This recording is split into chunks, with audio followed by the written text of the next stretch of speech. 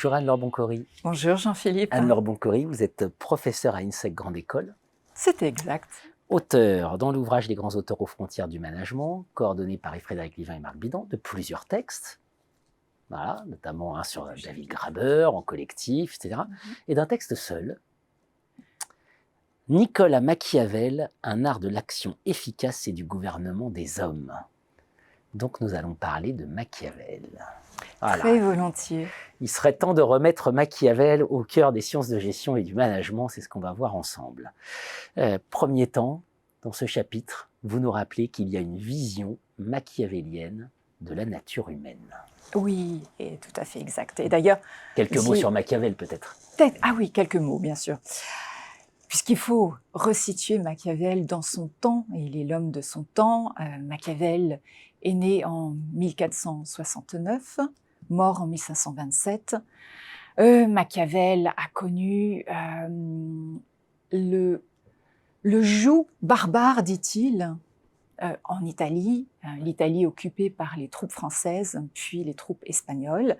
Il a connu deux principaux régimes, la République florentine, mais également la théocratie de Jérôme Savonarola.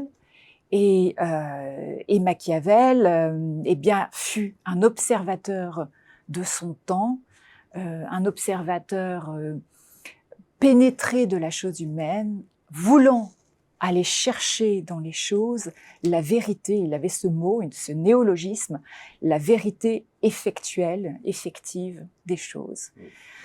Il se dit d'ailleurs né pour la politique, c'est ce qu'il écrivait à un de ses amis dans une lettre lorsqu'il était retiré de la vie politique après avoir été banni par la famille de Médicis.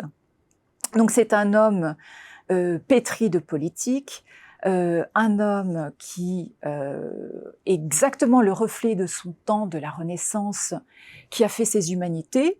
Alors il faut savoir, il a fait ses humanités, donc il maîtrisait parfaitement le latin, il lisait les philosophes grecs, mais à travers le latin, puisqu'il ne maîtrisait pas le grec.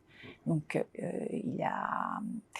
on va dire qu'il y a déjà dans la personnalité de Machiavel une notion de revanche, ou en tout cas de volonté de monter socialement. Il est issu de la petite bourgeoisie, quoique ancienne, de Florence. Son père, Bernardo Machiavelli, était un petit notaire et qui l'avait poussé à entreprendre des études littéraires et qui l'a même incité à devenir fonctionnaire auprès donc de servir la République florentine. Donc voici l'homme machiavélien. Et il y a aussi beaucoup de choses à dire. Celui qui a été accusé d'avoir prôné l'empoisonnement des ennemis et par d'autres d'avoir légitimé le recours au cynisme et à la manipulation dans la gestion de l'État et des hommes. Deux concepts très importants, ce que vous nous dites. Oui. Le désir et la conflictualité. Le désir et la conflictualité. L'homme est toujours insatisfait. Exactement. Alors c'est pour des théories, pour faire le point et le pont avec les sciences de gestion, avec nos théories de la satisfaction, qui ont aussi des ponts avec les théories de la motivation, on pourrait en effet questionner leur utilité, leur effectivité, si on en s'en tient à Machiavel, qui disait que en fait, tout homme est insatisfait par nature. Il n'est pas tout bon, pas tout mauvais, mais il est toujours insatisfait. Il est toujours insatisfait, il est belliqueux. Donc il y a une vraie, en effet, il y a à l'origine, puisque un de ses... quand il entreprend ses écritures, après donc avoir été banni de Florence dans cette modeste propriété en Percussina, pendant 15 ans, il se retire, il prend du recul, il a fait quand même 15 ans au service de la République florentine, il a pu observer les hommes de son temps, et j'insiste sur le fait d'observer les hommes, plus que les institutions ou les choses, c'était l'homme qui l'intéressait.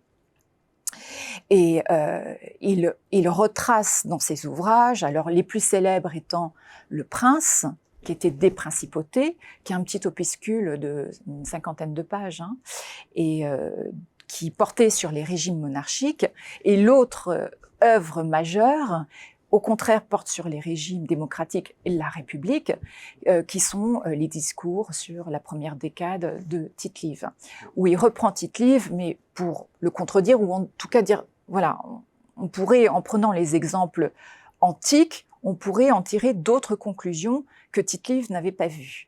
Et donc, au cœur de son œuvre, il y a vraiment ce souci de comprendre ce qu'est la nature humaine. Et avant de poser tout traité de l'agir, ou avant tout simplement d'émettre des préceptes aux princes, aux gouvernants, il s'agit de comprendre les hommes et de savoir comment les gouverner. Et donc, ils sont insatisfaits. Ils sont insatisfaits. Gouvernés par le désir. Ils sont belliqueux. Ils sont belliqueux.